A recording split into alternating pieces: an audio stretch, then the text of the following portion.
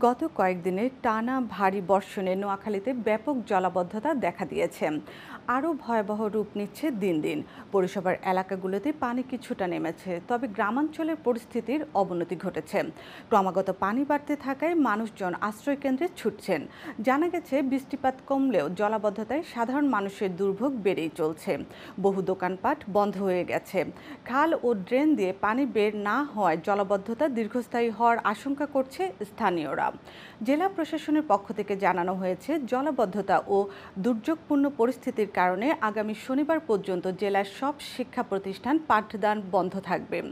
এছাড়া জেলার বিভিন্ন উপজেলায় মোট 466টি আশ্রয়কেন্দ্র খোলা হয়েছে। এর মধ্যে সদর, কবিরহাট, সুবর্ণচর ও কোম্পানীগঞ্জ উপজেলায় 37টি আশ্রয়কেন্দ্রে প্রায় 2000 মানুষ আশ্রয় নিয়েছে।